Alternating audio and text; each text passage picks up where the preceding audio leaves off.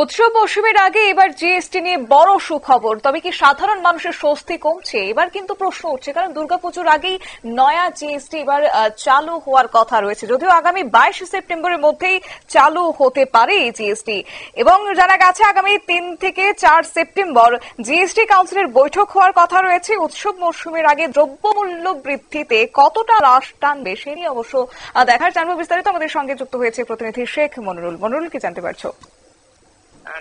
আগামী 22 সেপ্টেম্বর থেকে নবরাত্রি কিন্তু শুরু হচ্ছে, আর নবরাত্রির দিনই নয়া জিএসটির এই যে হার, সেই নয়া জিএসটির হার প্রকাশ করতে পারে কেন্দ্র, এমনটাই কিন্তু শোনা যাচ্ছে। তবে আগামী 3 এবং 4 সেপ্টেম্বর জিএসটি কাউন্সিলের বৈঠক রয়েছে দিল্লিতে। এটাই আগের দিনই কেন্দ্রীয় সরকারের তরফ থেকে ঘোষণা করা হয়েছে।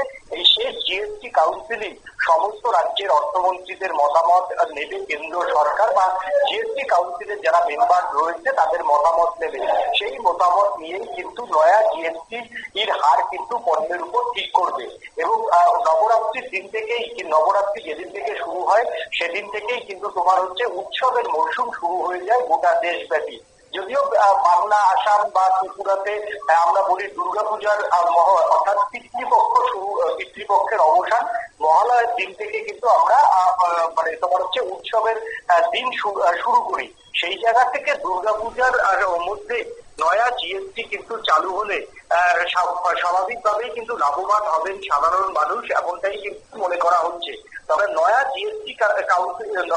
জিএসটি সেই জিএসটি চালু হবে তোমার হচ্ছে দীপাবলির আগে, এমনটাই কিন্তু লালকেল্লার ভাষণে জানিয়ে দিয়েছিলেন প্রধানমন্ত্রী নরেন্দ্র মোদী।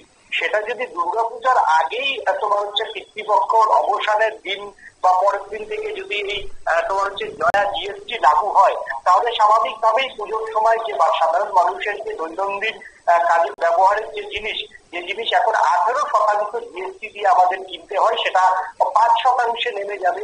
স্বাভাবিকভাবেই প্রোডাক্ট তোমার হচ্ছে কেনার যে চাহিদা সেটা মানুষের বাড়বে, এবং মানুষ অল্প পয়সা থেকে মানে তোমার হচ্ছে পণ্য কিনতে পারবে। যদিও সেটা নয়া জিএসটি চালু হলে যে পরের দিনই নতুন পণ্য চলে আসবে সেটা নয়, সেটা আস্তে আস্তে আরো 1 মাস লাগবে।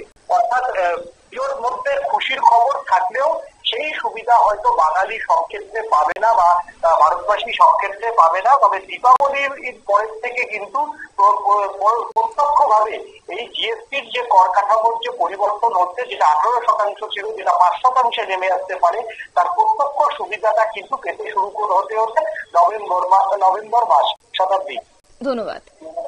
অর্থাৎ আকাশ ছোঁয়া দ্রব্যমূল্য বৃদ্ধির বাজারে অনেক পণ্যেরই দাম কমিয়ে ক্রেতাকে সুরাহা দেওয়ার পথে এবার হাঁটছে জিএসটি কাউন্সিল, এবং জিএসটি কাউন্সিলের বৈঠক হওয়ার কথা রয়েছে, এবং তারপর কত শতাংশ সেক্ষেত্রে কমিয়ে আনা হয় তা অবশ্য তাকিয়ে রয়েছে সাধারণ নাগরিকরা। নিয়ে নিচ্ছি ছোট্ট একটি বিজ্ঞাপন বিরতির, সঙ্গে থাকুন।